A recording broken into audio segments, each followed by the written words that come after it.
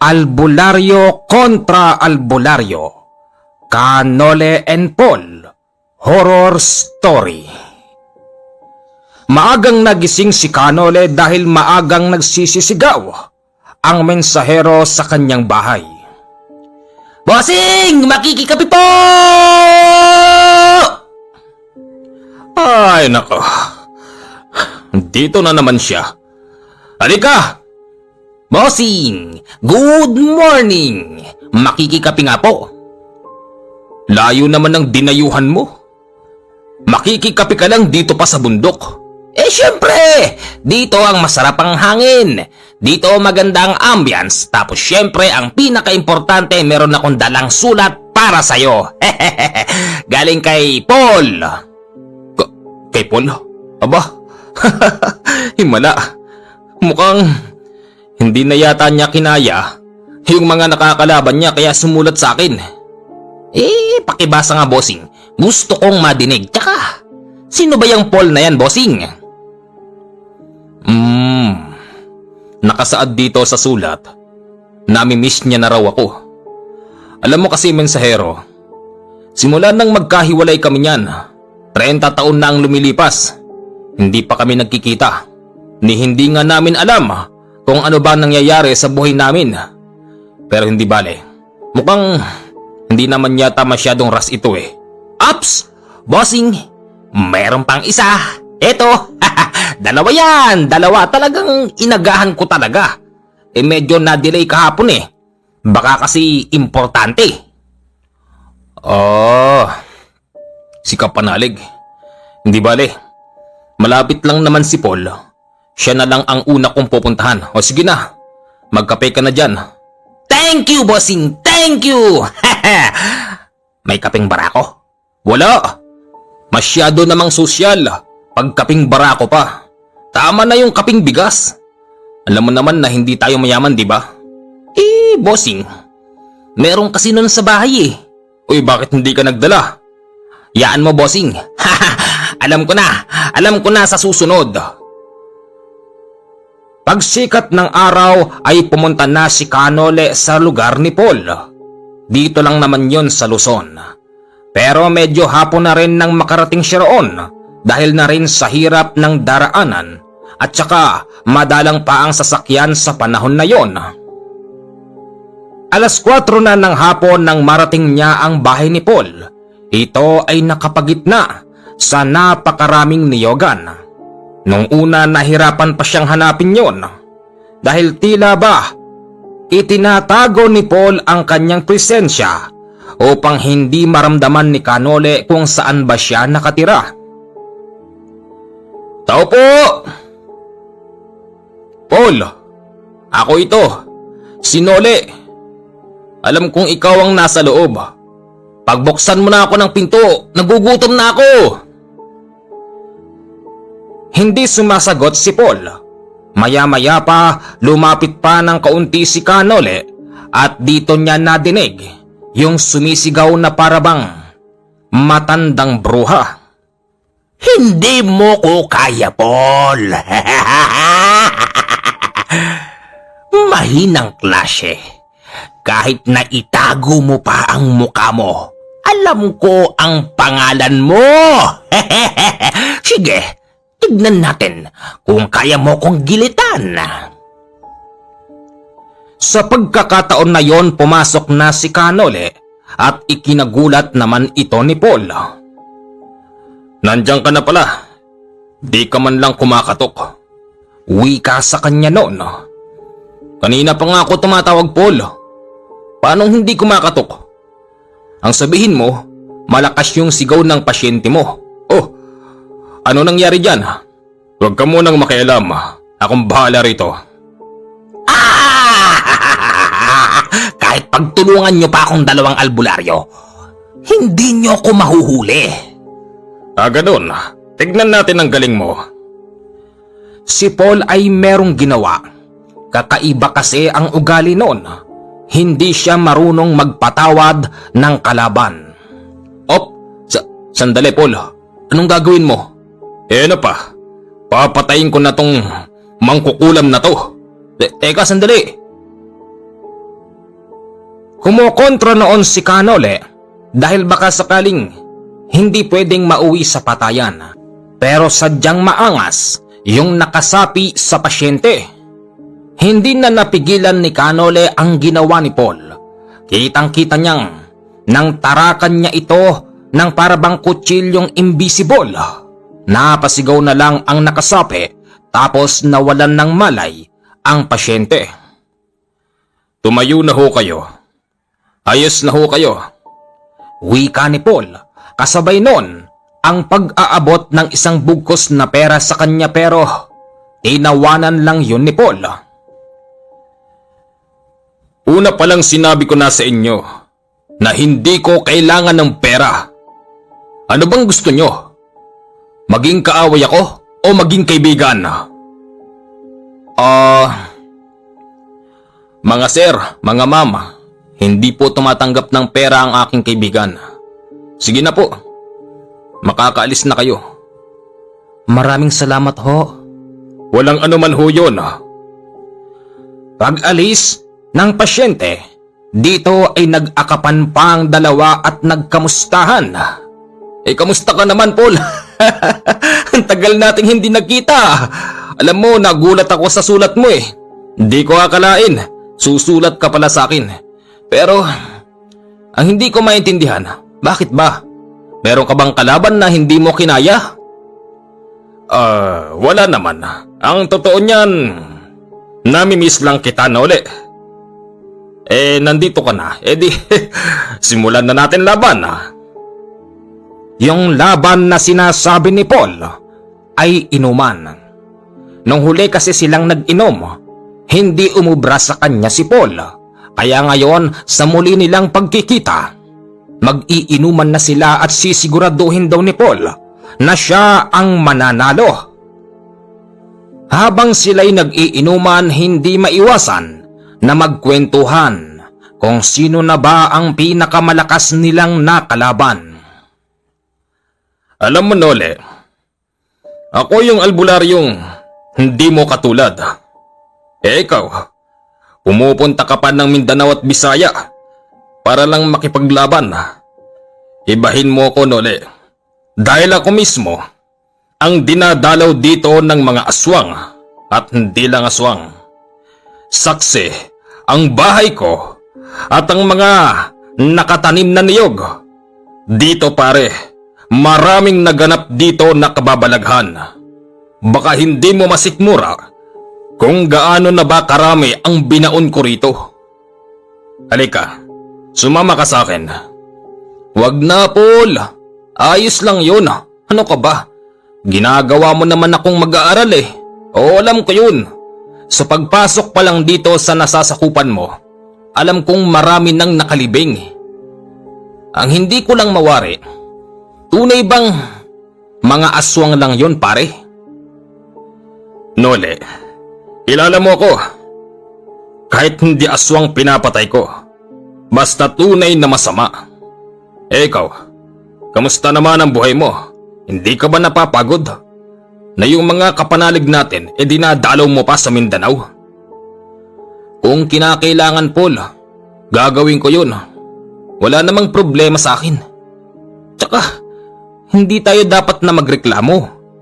Dahil yun nga ang nakaatang sa atin na responsibilidad. Ang kaibahan lang nating dalawa. Sa akin mahalaga ang buhay. Sa'yo, walang halaga ang buhay, di ba? Tama ka dyan, Nole. Alam mo kasi, ang bokabularyo ko sa aking sarili, kapag hindi ko sila pinatay, malamang na ako ang papatayin nila. Ayan, nang dahil sa sobrang agresibo ng mga kumakalaban sa akin, sila pa ang dumarayo dito para ako lang ipatayin. Pare, habang nagiinuman tayo, nasisiguro ko na merong darating. Antayin lang natin. Pakikita ko sa iyo kung gaano na ba kalakas ngayon si Paul. Kung nung araw, ikaw ang higit na mas malakas, pues ngayon, hindi na. Paul naman, magpahanggang ngayon ba hindi ka pa rin nagbabago? Nakikipagpalakasan ka pa rin sa akin? Sa bagay, magkaiba kasi ang pamamaraan natin. Talagang magkaiba. O yan na. Nararamdaman ko na. Maya-maya pa si Paul ay kumuha ng maliit na bato sa kanyang bulsa. Nilalaro niya yon na para bang holen.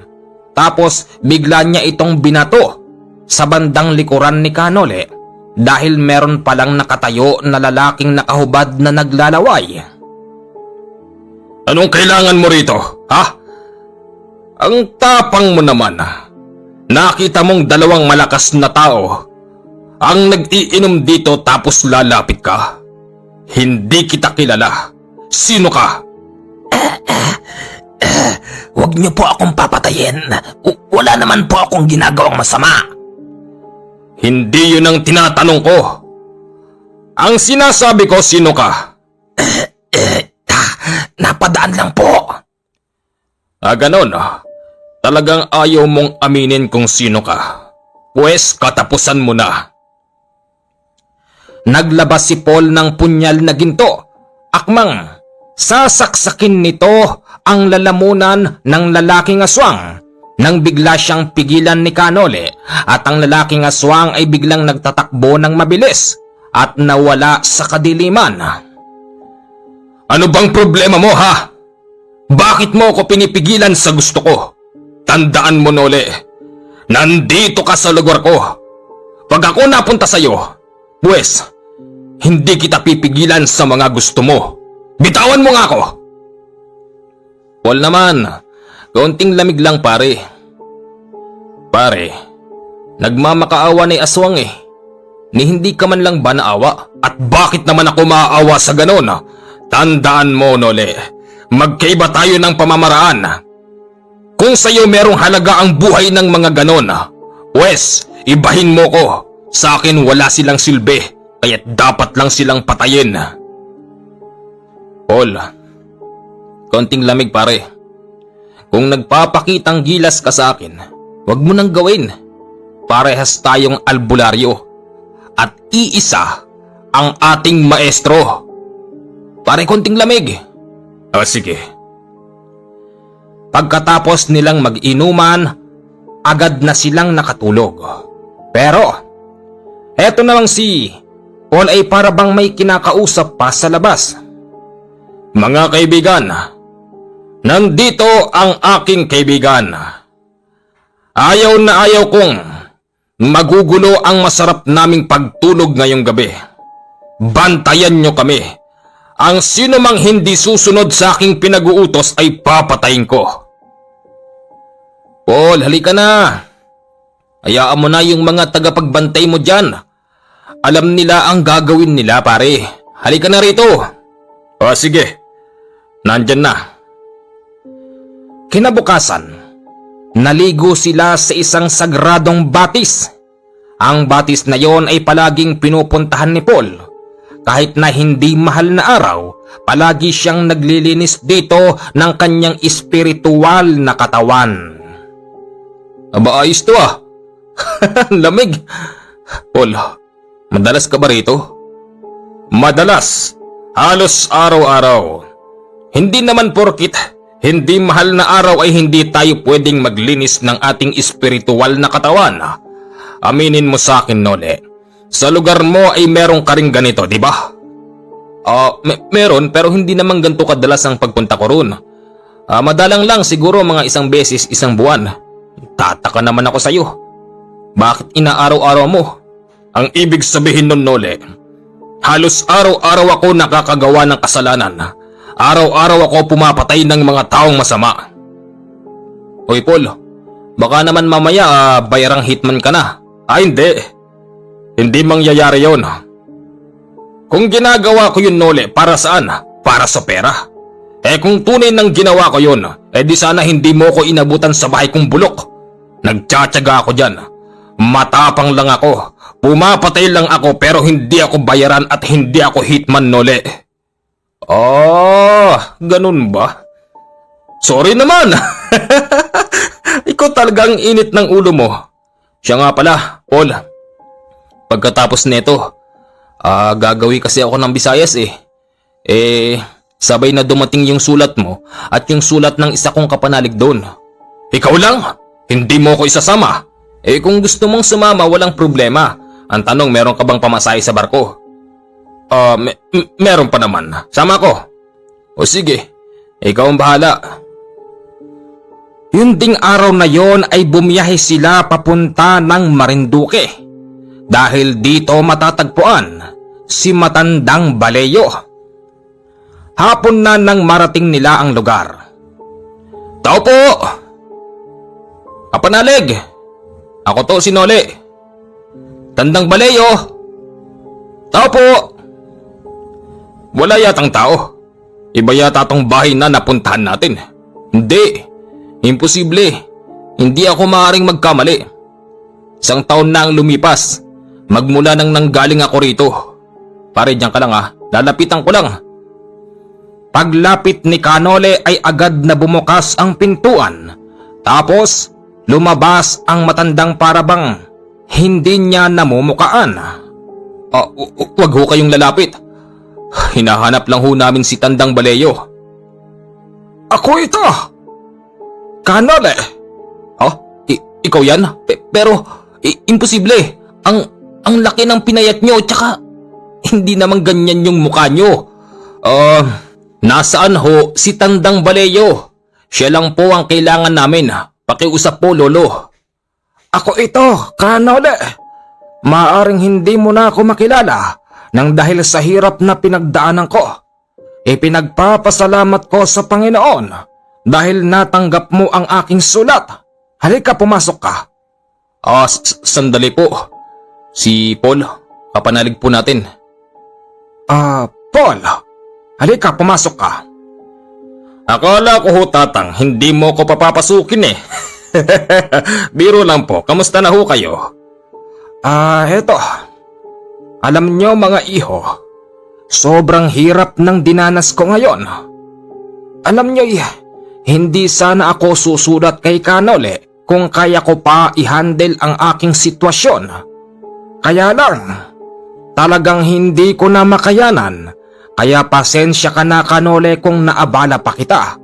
Alam kong abala ka rin sa pagtulong sa tao. Hindi po. Ayos lang po yun. Importante po ang buhay. Ano po bang nangyari? Ganito. Ikukwento ko sa inyo pero magkape muna kayong dalawa. Sige po. San ho ba rito ang palikuran? At medyo gusto kong magbawas. Nandyan sa likod, Paul. Nandyan lang. Pagpunta roon ni Paul sa palikuran, agad niyang napansin yung parabang lalaking nakakapit sa matabang puno. Ano yun? Hoy! Sino ka? May nakita yata si Paul, Kanole. Agad na nagpunta sa likuran si Kanole at si Matandang Baleyo. Sumunod naman doon si Paul. Kayo na naman! Talagang wala kayong kasawa-sawang bantayan ng buhay ko. Baka naman hindi nyo nakikita ang aking mga bisita. Lumayas na kayo at sabihin mo sa iyong pinaglilingkuran na siya ang humarap sa akin. Tandaan mo, may kasama akong dalawang mas malakas pa sa akin. Kaya't mag-iingat kayo. Bantayan nyo ang inyong mga sarili. Yung lalaking nakasabit sa puno ay biglang tumalon. Akala nila nung una nag-iisa lang yon, pero ang dami-dami pala nila. Bakit hindi man lang natin sila naramdaman? Anong klaseng aswang ang mga yon? Bakit kaya nilang itago ang kanilang mga presensya? Hindi ko rin mawari, Paul. Palagay ko, meron silang mga hawak na mutya. At ang mutya na yun ay kayang magtago ng presensya sa mga katulad nating albularyo. Mukhang mahihirapan tayo dun. Pero yun ang dapat nating aralin. Dahil kapag hindi natin nakabisado yung mga tangan nilang mutya, natitiyak ko na magkakanda sugat-sugat tayo. Wala namang problema dun eh. Kahit ba sabihin na magkanda sugat-sugat tayo, Nole, kaya naman nating ibalik yung mga katawan natin. Huwag niyong kakalimutan mga iho, iba ang aswang dito sa amin. Oo, madaling maghihilom ang inyong mga sugat nang dahil na rin sa mga mutya nyo sa katawan. Pero ang tanong, ano bang mutya ang gamit nila? Baka naman, yung mutya na gamit ng mga aswang na yon, mas malakas pa sa mutyang tangan nyo. Kinagabihan, habang sila'y kumakain, hindi maiwasang mapaiyak ang matandang Baleyo sa mga kwento niya. Ganito kasi yun. Halos 3 taon na siyang pinahihirapan ni Protasio, isang napakataas na uri ng aswang, na hanggang ngayon ay hindi niya malaman kung gabunan ba o kaya na may bangkilan o kaya na may hanagob. Ito kasi yung klase ng aswang na kahit kaharap mo ay biglang maglalaho sa harapan mo at mag-iiwan lang ito ng makapal na usok. At siya din yung klase ng aswang na kayang tumagos sa mga puno at kayang dukutin ang kung sino mang tao na nasa loob ng kanyang tahanan. Lubhang napakadelikado ho pala ng sitwasyon nyo. Ayon sa mga kwento nyo, talagang nakakatakot. Alam nyo po, Tandang Baleyo, matagal na rin akong albularyo. Pero ni minsan, hindi yata ako nagkaroon ng kalaban na ganyan, Nole. Kailangan nating mag-ingat. Talagang kailangan. Pero sa palagay nyo po, Tandang Baleyo, saan natin siya pwedeng hanapin? Tayo na ang sumugod sa kanya. Bakit? Mag-aantay pa tayo ng pagkakataon. Hindi ko din alam. Maging yung mga tao niya, bigla na lang sumusulpot dito. Alam nyo ba, halos 2 taon na rin akong hindi nakakatulong sa mga tao nang dahil sa problema ko. Yung pinakahuli, merong 2 lalaking gustong magpagamot sa akin. Kaya lang, isa na lang ang nakarating dahil yung isa ay pinatay ng mga aswang at nagsumbong sa akin. Ngayon ang pinakamasakit, Kanole, Kapol, yung isang nakarating sa akin ay hindi na nakauwi ng buhay sa kanyang mga mahal sa buhay. At nang ako ay mag-imbestiga sa daanan, dito ko nakita yung luray-luray na katawan ng pasyente. Labis akong nalulungkot sa nangyari. Pilit kong pinaglabanan. Pilit kong ginamit ang aking abilidad pero talagang hindi uubra. Nang dahil doon, naisipan ko ng sumulat kay Kanole at pinagpapasalamat ko naman dahil pinaunlakan niya pa ako. At naniniwala ako na mas lalong mapapabilis ang pagpuksa natin kay Protasio dahil nandito ka rin, Paul. Pagtutulong-tulungan nating 3 ang aking problema. Protasio, nakakatakot man ang pangalan niya at ang kanyang kakayanan. Pero ito po ang tandaan nyo. Kung sakaling mag 1-on-1 kami niyan, kamay sa kamay, ipinapangako ko sa inyo na yung bawat tira ko sa kanya ay dadamdamin niya at tatagos pa yun sa kanyang walang kwentang kaluluwa. Tandaan nyo po yan. Habang sila ay nag-uusap, dumating ang lalaking para bang takot na takot. Tandang Bala! Tata Bala! Sigaw nung lalaki. O Brad, ba't ka tumatakbo? Anong nangyari sa'yo? Bossing, boss, may nanggugulo sa barangay. Ano namang pakialam namin doon? May taga-barangay doon. Bakit hindi sila ang kumilos? Ang problema po kasi, Tatabal, hindi yata basta tao ang mga yon. Ganun ba? Sige. At susunod na kami ron. Pagpunta nila ay ikinagulat nila dahil halos walang katao-tao sa labas at nakakita sila ng 2 lalaking payat. Ang pinakamasakit pa ron, yung 2 lalaking payat ay merong bit-bit na isang malaking baboy.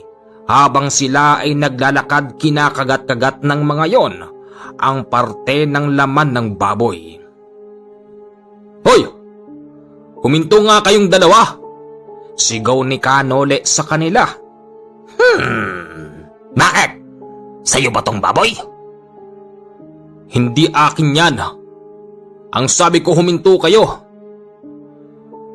Hindi sila pinansin, bagkos ay dire-diretsyong naglakad ang dalawang lalaki palabas ng baryo at inutusan naman sila ni Matandang Baleyo na kung maaari wag muna silang kikilos at antayin nilang makalabas ng baryo ang dalawang lalaking payat. Sino ba tong dalawang to? Parang medyo nahahawig dun sa nakakapit sa puno.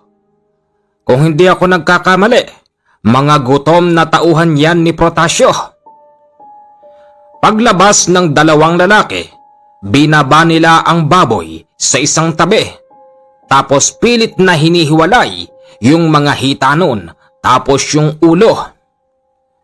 Kayong dalawa! Sino ba kayo? Napakatatapang nyo para dumayo dito.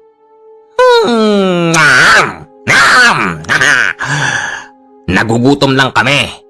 Hindi naman siguro masamang maghanap ng pagkain. Oo, pero sa tamang paraan. Alam niyo bang ang baboy na yan ay matagal nang inaalagaan ng isang matanda sa amin? Plano niyang ibenta yan para makapagpatayo siya ng sarili niyang bahay. Pero anong ginawa niyong dalawa? Ha? Inagaw niyo ang para sana sa matanda. Hindi man lang ba kayo kinikilabutan? Kung sa'yo lang naman, at bakit kami kikilabutan? Isang matandang uugod-ugod na ang katulad mo, wala ka nang kayang gawin tanda. Kayong dalawa, inuutusan ko kayong lumapit sa akin. At sino ka naman, Aber, ha? Ha? Dayuhang ka, no? Hindi kita kilala. Huwag nyo kaming pakialaman dahil nagugutom na kami. Hindi ba? Hindi man lang nasindak ang dalawang lalaki. Nang dahil dito, napikon na si Paul. Unti-unti siyang lumapit sa dalawa nang hindi niya nararamdaman. Dinampot ni Paul yung isa sa ulo at mabilis na hinampas sa puno. Inuubos niyo pasensya ko. Hindi niyo ba alam? Sa sarili kong lugar ay walang pwedeng gumanyan sa akin. Yung isa naman, akmang tatakbo pa ito pero madali siyang inabutan ni Paul at hinampas din sa puno. Mabilis naman silang nakakabangon dahil ang katawan ng dalawang aswang ay parabang goma na hindi man lang marunong masaktan. Iniwan na ng dalawa ang hawak nilang baboy. Pero habang papalayo sila, sinisigaw yung mga katagang, babalikan namin kayo at isusumbong namin kayo kay Protasio. Sabi ko na nga be, mga tauhan yon ni Protasio. Antayin namin ang pagbabalik nyo! Sigaw noon ni Paul. Pagbalik nila sa barangay, bit-bit na nila yung baboy na walang laman loob, wala ring hita at walang ulo. Labis ang iyak ng matandang nagmamay-ari noon dahil sa tagal niyang inaalagaan, iba pa ang nakinabang. Mga wala silang puso. Ang baboy ko. Nanang, pasensya na po kayo. Medyo nahuli po kami ng dating Wala kang kasalanan. Wala kang kasalanan, iho. Ang dalawang yon ang dapat na managot. Huwag ka mag-alala. At marami ng kasalanan dito ang mga taong yan. Hayaan nyo. Ipinapangako namin sa inyo na ang dalawang yon ay ihaharap namin dito sa barangay. Lumipas pa ang 2 araw. Halos walang pagpaparamdam mula sa tauhan ni Protasio. Dahilan kung bakit medyo naiinip na si Paul. Hanggang kailan ba tayo magbuburo dito? Inip na ako. Kailan ko ba makakalaban niyang Protasio na yan? Sa palagay ko, Paul, alam niyang malakas kayong dalawa. Kaya't nag-iipon pa yun ng lakas o kaya na may kumukuha lang ng tiyempo para labanan kayo. Bakit? Hindi natin siya puntahan? At anong dapat nating ikatakot sa kanya? Di ba, Nole? Nakakatakot din siya kung tutusin. Sa totoo lang, ayon sa kwento talagang makapanindig balahibo. Hindi basta mahika ang kayang gawin nun. Kung ganoon, natatakot ka rin pala, Nole.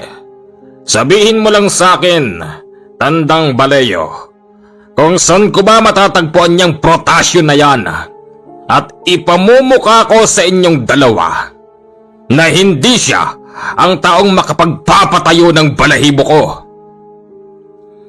Yan nga ang problema, Paul. Hindi ko nga alam kung saan ba matatagpuan ang taong yon. Tao ba yon? Baka naman demonyo yon. Maaari. Maaring ganon. Basta hindi ko malaman eh. At ang ideya ko lang, isa siyang aswang. Alam niyo po, Tandang Baleyo, ang aswang hindi basta-basta kayang gawin ng ganon. Albularyo man na pa. At hindi basta albularyo. Kaliwang albularyo na nangangamuhan sa isang mataas na uri. Ganon ba? Ewan ko, hindi ko alam. Lumipas pang muli ang 3 araw. Halos hindi makatulog si Paul. Lumabas siya ng higaan dahil mainit. Umiihi siya sa isang tabi hanggang sa maya-maya pa naramdaman niyang parang ang dami-daming tao sa paligid. Yung pakiramdam na habang nakatayo ka ay napakadaming nakatingin. Ginamit niya rin ang kanyang mutya ng kalabasa. Umusal siya at nang nakita niya yung mga naroroon, mga nagbago na pala ng anyo. Aba, hindi na pala namin kailangan hanapin pa kayo dahil nandito na kayong lahat. Nole, Tandang Baleyo, meron tayong mga bisita. Lumabas noon si Kanole habang si Matandang Baleyo ay naroroon lang sa loob. Oo nga no, ang dami nyo. Sino sa inyo si Protasyo? Sino? Walang kumikibo sa mga yun. Para bang mga estatwang nakatumpok ang style. Maya-maya pa, yung nasa harapan ay lumingon sa bandang kanan at meron itong itinuturo. Bakas din sa muka ng mga aswang na isang tumpok yung takot. Yun na ba yun? Hoy Protasyo, huwag kang magkuble sa usok. Huwag mong sirain ang mga puno rito. Di kami natatakot sa'yo. Ako si Paul, isang mataas na uri ng albularyo. Paul, magdahan-dahan ka sa pananalita mo. Tamang nakikita na natin yung makapal na usok na humahawi sa mga kapunuan. Hindi ito biro. Mag-iingat ka, Paul. Wala yan. Hanggang kwento lang yan. Ano, Protasyo? Usok ka lang ba talaga? Anong klaseng nilalang ka? Nang dahil sa nakita na kita, hindi ako maniniwalang isa kang aswang. Maya-maya pa yung usok ay biglang nawala. Tapos, biglang merong isang taong nakatayo sa mismong usok at nakasuot ito ng purong itim. Mahaba yon mula sa kanyang balikat hanggang sa paa. Yan si Protasyo. Hoy Protasyo! Pwede ba tayo mag-usap? Ayan ka na naman, Nole. Yang mga ganyang klase ng tao ay hindi pwedeng pakiusapan. Ang dapat lang sa mga ganyan ay pinapatay. Protasyo, ako ang una mong harapin. Ano pang ginagawa nyo? Bakit hindi kayo kumilos? Nang sabihin yon ni Protasyo ay parabang takot na takot ang isang tumpok ng aswang sa kanilang kanan at madali silang kumilos. Habang inuundayan ng suntok ng mga yun si Kanole at si Paul, nababasa nilang dalawa ang isipan ng mga aswang. Nang dahil doon, hindi nila magawang gantihan ang umaatake sa kanila hanggang sa nahuli ni Kanole at Paul yung tig-isa at pumwesto sila sa likuran habang nakapilipit ang mga kamay ng aswang. Anong problema? Walang problema. Meron. Parang pilit lang yung ginagawa nyo, di ba? Oo, kailangan naming sumunod. Papatayin kami ni Protasio. Ganon. Narinig din ni Paul yung kausap ni Canole dahilan kung bakit itinulak nila ang dalawang yon papalayo. Protasio! Kami ang bago mong kalaban. Bakit hindi ka maghanap ng katapat mo? Bakit ang kawawang matanda ang siyang piniperwisyo mo? Ako si Nole. At ako naman si Paul. Ako ang klase ng albularyo na hindi marunong magpatawad. Nawala. Saan nagpunta yun? Ewan ko. Magulang ka talaga, Protasio. Maya-maya pa, yung isang malaking puno na malapit sa kanila ay nabakli yung kalahati ng katawan nun. Muntik pa silang madaganan. Mabuti na lang at mabilis na kumilos ang dalawa, kaya't hindi sila inabutan ng pagbagsak ng puno. Mag-iingat kayong dalawa. Maraming katauhan si Protasio. Hindi lang yan ang inyong masasaksihan. Ano? Anong maraming katauhan? Imposible. Maya-maya pa, ang matandang baleyo ay biglang nagsarado ng pintuan. Na animoy ayaw niyang masaksihan ang mga susunod na mangyayari. Maya-maya pa, si Protasio ay nagpakita pero sa ibang kaanyuan. Nakakatakot ang itsura nun kung tutuusin. Para siyang isang gabunan na merong dalawang ulo at napakahahaba rin ang mga binti nun at baraso. Anong nangyayari? Eto na ba si Protasio? Katulad ng sinabi ni Tandang Baleyo, marami siyang katauhan. Dali-daling sumugod sa kanila si Protasio at ginamit ni Protasio ang dalawang naghahabaan niyang kamay, akmang dadakmain ang kanoli natin at ating kapol, pero mabilis silang nakakilos nang dahil dito sabay silang sumugod at inundayan ng malakas na suntok sa sikmura si Protasio. Nang ito ay tumilapon, unti-unting bumalik sa normal ang kanyang katawan.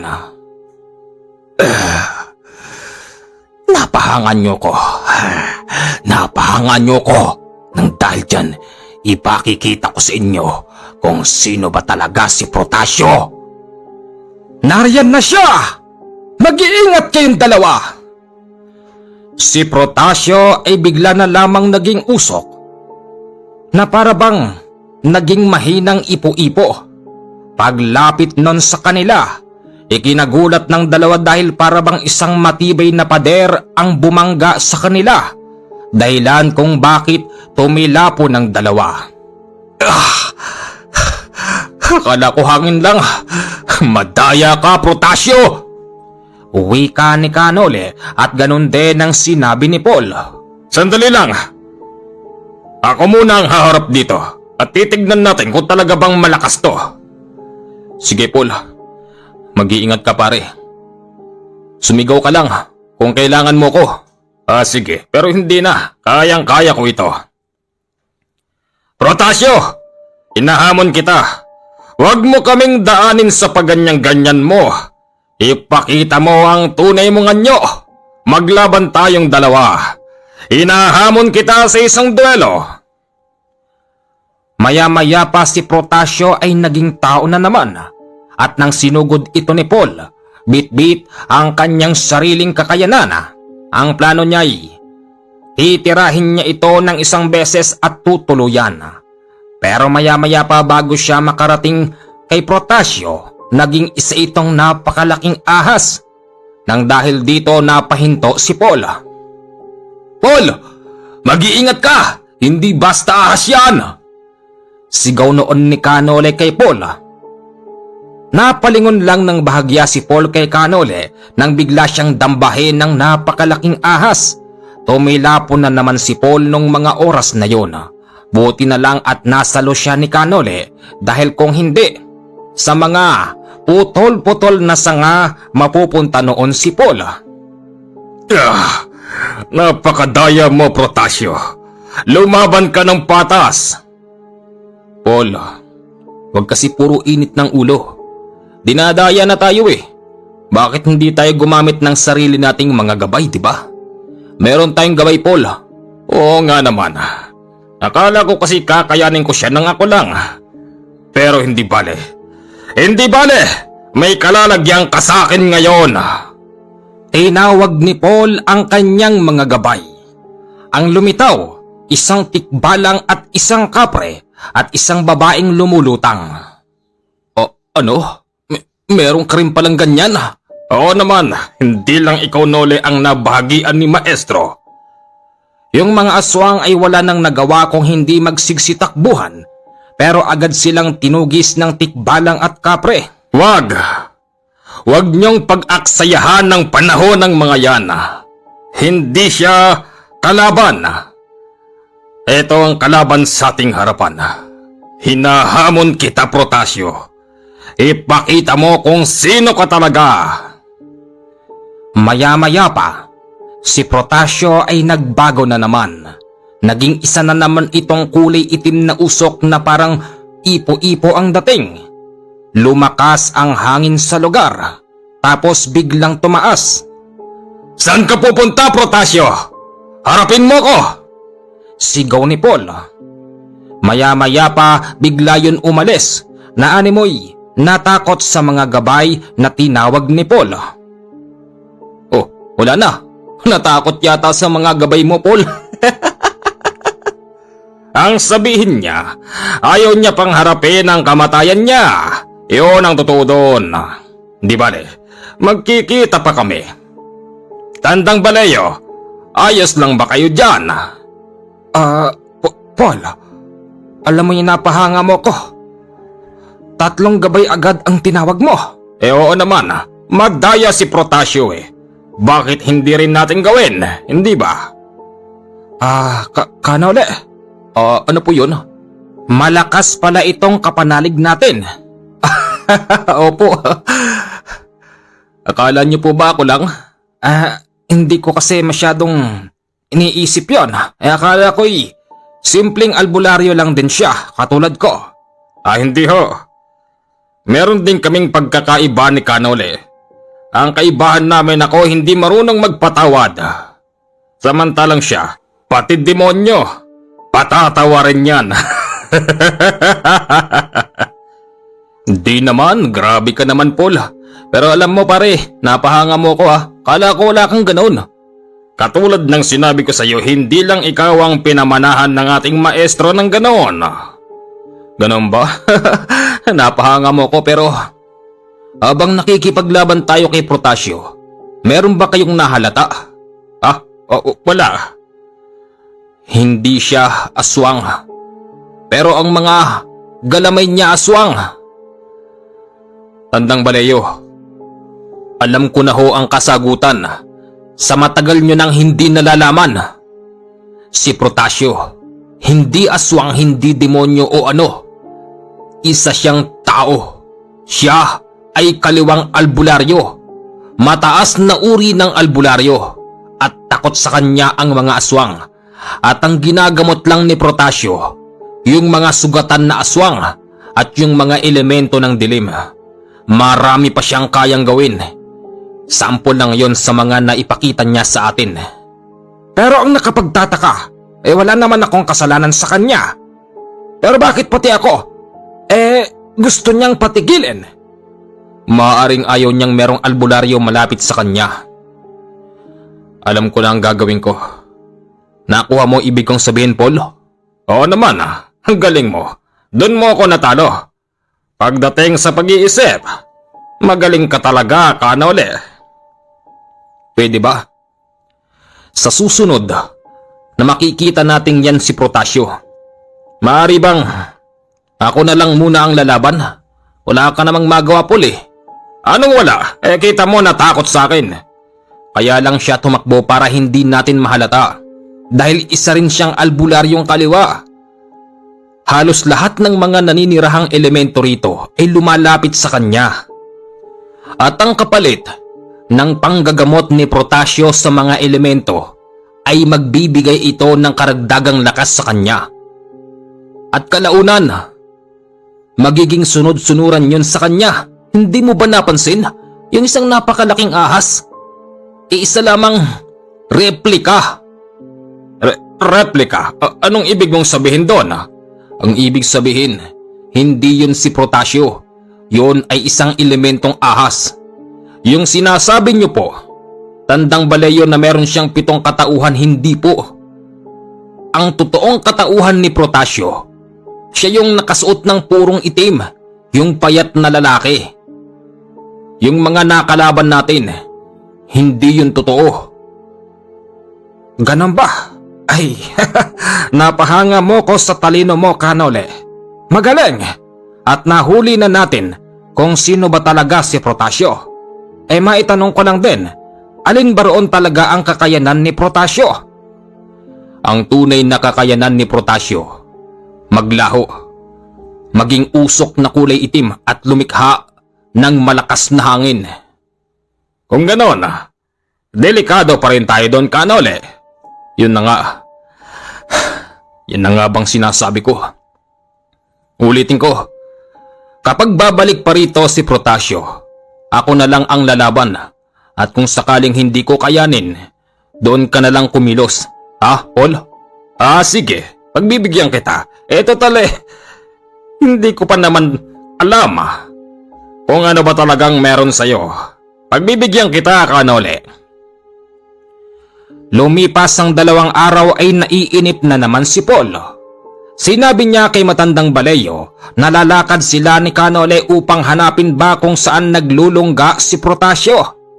Ganon pa man, sumama naman ang matanda dahil nga problema niya yon at hindi problema ng dalawa.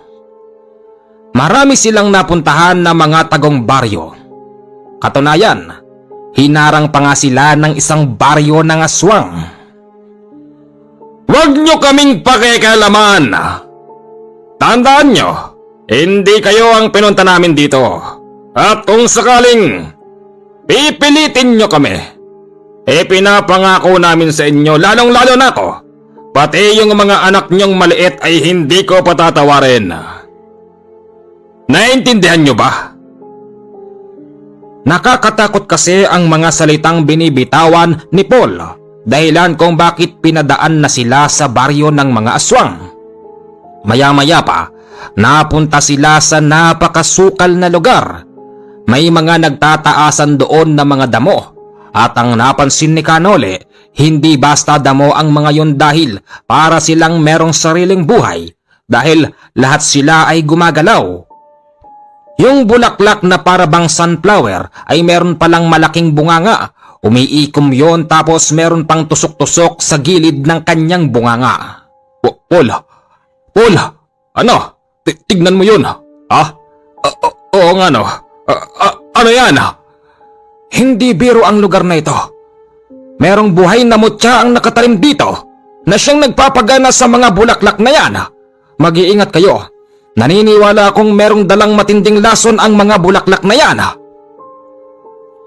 Muntik nang makuha ng malaking halaman si matandang baleyo, mabuti na lang at agad na naputol ni Kanole ang katawan nun, kaya't nag-ipon-ipon sila sa gitna.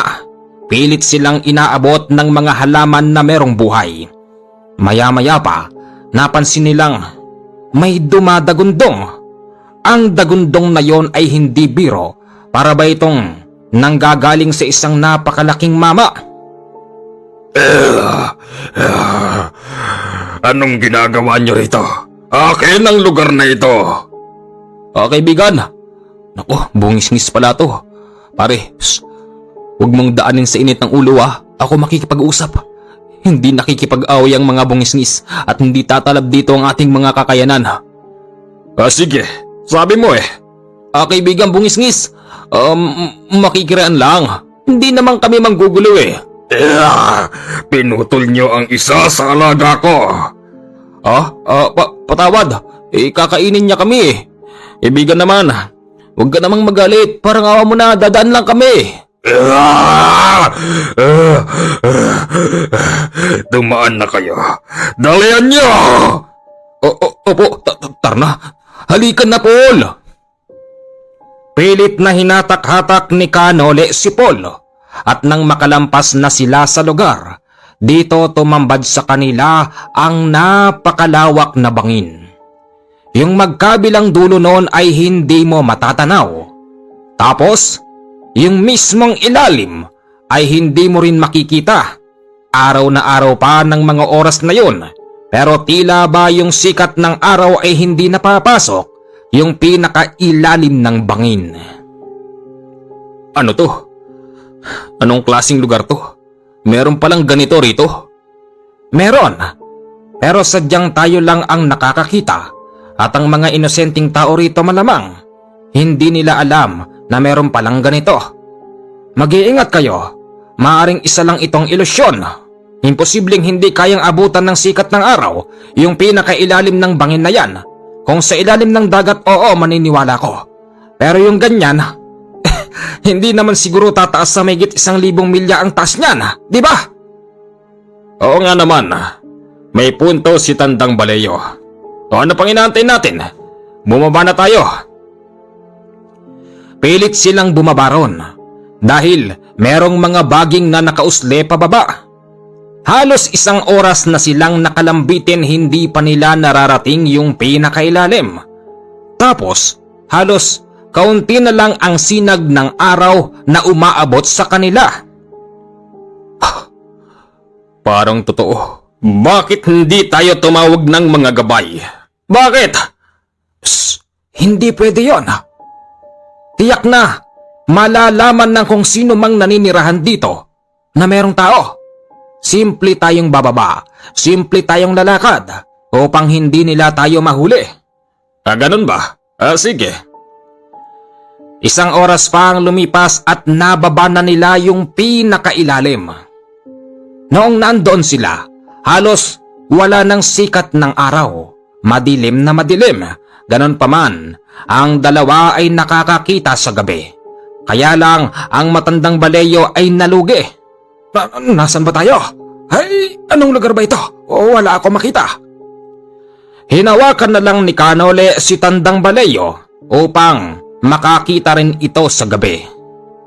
O nakita nyo na? Sabi ko na nga hindi abot ng sikat ng araw ang lugar na ito. Tumingin kayo sa itaas. Halos hindi ko rin matanaw kung ano bang meron doon. Ang kinatatayuan natin ngayon ay mga batong malalaki. Mag-iingat tayo. Baka madulas tayo, pare-parehas tayong maumpog. Tara, teka saan ba tayo pupunta? Hindi ko rin alam, Paul. Basta ang alam ko, diretsuhin natin ang daan na yan. Baka dyan nagtatago si Protasio. Mahiwaga ang taong yun. Marami siyang kayang gawin. Sige. Sa paglalakad nila, hindi maiwasan ang pangamba na sa ilalim ng napakalalim na bangin ay baka merong mga nagbabangisan na mga hayop. Sandali lang. Meron akong naririnig. Ano kaya yon? Maya-maya pa, may nanggagapang. Medyo may kalayuan naman yon sa kanila pero kitang-kita pa rin nila yon. Para bang isang napakalaking uok. Alam nyo siguro ang uok, ito ay nakukuha sa mga nakabuwal na puno ng niyog. Ganon na ganon ang style ng nakita nilang dalawa. Nasa na ba tayo? Bakit ba binitawan niyo ako? Wala akong makita. Huwag ka kasing bumibitaw sa amin. Diyos por santo! Ay ano ba yan? Parang uwak. Nako, delikado tayo. Nagbubugayan ng likido na kayang sumunog sa mga katawan ng tao. Ilihisan na natin. Sa palagay mo, pag lumihis tayo, hindi tayo susundan yan? Ito ang tandaan nyo. Sa palagay ko, ito na ang panimula ng paghanap natin sa kanya. Naniniwala rin ako na dito siya naninirahan. Maya-maya pa yung napakalaking uok ay malapit na sa kanila. Naghanda na si Paul at si Tandang Baleyo habang si Kanole naman ay nakapamaywang. Sige, lumapit ka sa akin. Hindi kita kaawaan. Titigpasin ko yung malambot mong katawan. Wika ni Paul. Pero kinagulat niya ang sumunod na nangyari dahil sa itaas ay may tumamang sibat. Agarang naging abo ang napakalaking uok. Oh, hindi. Saan ang galing yon? Huwag mo sabihing, ikaw ang tumawag noon, Nole. Ako nga. Yan ang isa sa aking kakayanan na hindi sa iyo na ibigay ni Maestro dahil mas karapat dapat ako. Sibat ng kalangitan. Tama ka. Dahil hindi ko naman tinanggap yan. Meron ka naman palang ganyan. Bakit hindi mo na ginamit pa noong umpisa? Dahil gusto kong malaman kung sino ba talaga si Protasio. Matagal na panahon niyang pinahihirapan si Tandang Baleyo. Hindi niya malaman kung sino ba yun. Ngayon maliwanag na maliwanag. Siya ay isang tao lang din. Pero hindi basta tao. Dahil marami siyang kayang gawin at marami siyang kayang utusan. Tara na! Maglakad na tayo. Sa paglalakad-lakad nilang tatlo, narating nila yung maliit na butas na halos kasya lang ang katawan ng tao. Ano to? Parang ginamit pa to ng mga Pilipinong lumaban sa gera noong araw. Maaari nga. O kaya na may gawa ng kalikasan. Diyan tayo ngayon papasok. Ano? Bakit tayo papasok dyan, Nole? Nababaliw ka na ba? Hindi mo nga alam kung ano bang meron sa dulo niyan. Bakit tayo papasok dyan? Wala tayong pagpipilian. Paano wala? Ayan, hindi ba daan yan? Makinig ka sa akin, Paul. Di mo ba alam? Ang mga pumapasok sa masikip na daanan, yan yung tinatawag na shortcut. Naniniwala ako na kapag pumasok tayo dyan, agaran nating mararating yung lungga ni Protasio. At kung dito naman tayo dadaan sa malawak na daan, baka abutin tayo ng taon bago natin marating ang lungga niya. Matalino talaga ang aking pare. Oo nga, tara. Bagamat hindi nila alam kung gaano ba kalayo ang kanilang gagapangan, sinubukan pa rin nila yon. Nanguna si Kanole sa pagpasok sa makipot na butas hanggang sa napansin nilang parang may dumadagundong. Patay na. Ayan ang sinasabi ko. At ano na naman ang dumarating? Sa pagkakataon na ito, hindi tayo makakalaban. Shh! Huwag kang magulo. Sumunod ka sa akin. Sa pagkakataon na ito, ako ang team leader. Oo na, sige na. Diyan ka naman magaling. Maya-maya pa yung dumadagundong ay biglang sumapol sa kanila. Malakas na hangin pala yun. Ganon pa man, hindi naman sila naitangay papalabas. Nang dahil dito, dire-diretso muli silang naglakad o gumapang. Hanggang sa napagod ang matandang Baleyo dahil halos 3 oras na silang nanggagapang pero wala silang nakikita na maski katiting na liwanag sa dulo. Animoy wala ng katapusan ang kanilang ginagapangan. Pare. Oh, nasan ka? Nandito. Dalian mo. Pumaliwa ka agad. Teka, ano ba yun? Tignan mo to. Ha? Ginto! Por Diyos por Santo, may ginto pala rito. Wag niyong kukunin ng mga ginto na yan. Merong kapalit yan. Maaring inuumang lang sa atin yan. Talagang hindi. Magtsatsaga ako habang buhay sa hirap. Ayos lang yun. Gusto kong pagyamanin ng aking kaluluwa. At hindi ako malilinlang ng mga ginto na yan. Parehas pala tayo. Tara, lampasan na lang natin to at hanapin natin si Protasio. Nagpatuloy ang paggapang ng tatlo. Lumipas pang muli ang 3 oras. Napansin na ni Kanole na merong liwanag sa dulo. Pero yung liwanag na yon, liwanag mula sa buwan. Ayun na yung liwanag. Bilisan nyo! Nang marating na nila yung dulo ay nagulat sila.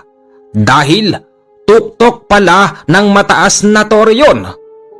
Paano yun ngayon nangyari? Samantalang sa matandaan ni Kanole at Paul, purong patag lang ang paggapang nila at hindi paakyat.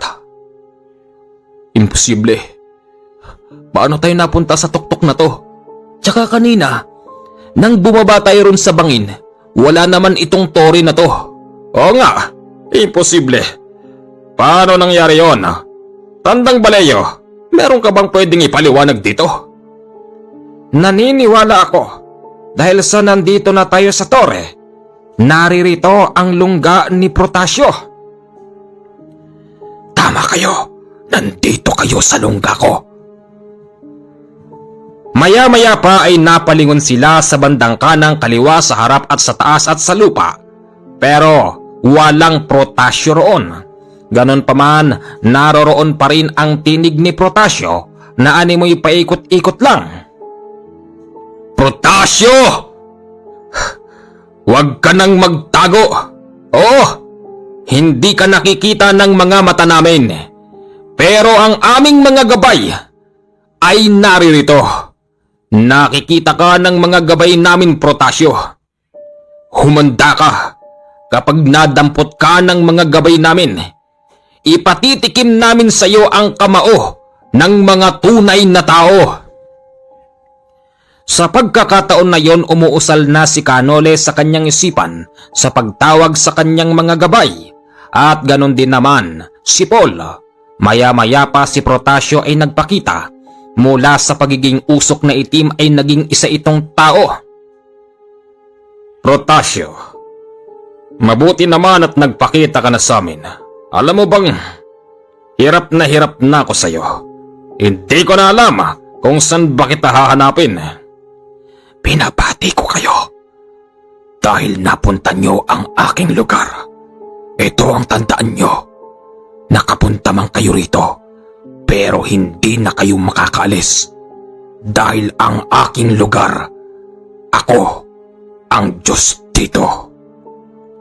Nang sabihin yun ni Protasio ay biglang natawa yung tatlo. Diyos? Ayan na naman tayo eh. Maraming taong nagsasabi na Diyos ang kanilang sarili. Pero ang hindi nyo alam, nang dahil sa pinagsasasabi nyo, nilalagay nyo na sa alanganin ng sarili nyo. Protasio, alam kong isa ka lang ding tao. Bakit mo ba ginagawa to? Para mawala. Alin? Para mawala sa landas namin ang mga katulad nyo. Hindi nyo alam kung ano ang pinaglalaban ni Protasio. Ganun ba? Ganun na nga.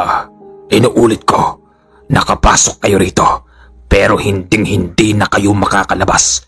Kahit na anong gawin nyo. Yung lugar ay biglang nagbago. Kung kanina naroroon sila sa mataas na tore, ngayon napunta sila sa napakalawak na bukirin. Purong putik ang kanilang tinatapakan. O hindi, hindi ka lang basta tao. Talagang hindi. Ako ay mataas na uri. Sabi ko na nga be, maaring napagtakpan mo sa isipan mo kung sino ka talaga. Pero nalaman ko rin bandang huli kung sino ka. Protasio, kayang-kaya mo kaming dagtangin. Nakokontrol mo ang buong paligid. Pero ito ang tandaan mo. Kahit dalhin mo pa kami sa syudad, alam namin na nandito kami sa probinsyang to. Tama na ang satsatan. Bakit ba hindi pa natin simulan? Umusal noon si Paul at tinatawag niya yung kanyang gabay pero isa lang ang nagpakita dahil yung tikbalang at kapre ay hindi makapasok sa lugar. Hindi siya makakapasok dito. Walang portal na makapagbubukas para makatagos sa lugar na ito. Ano? Kaya pala... Huwag kang umasa, Protasio, na hindi porket nandito ka sa lugar mo ay kakayanin mo na kami.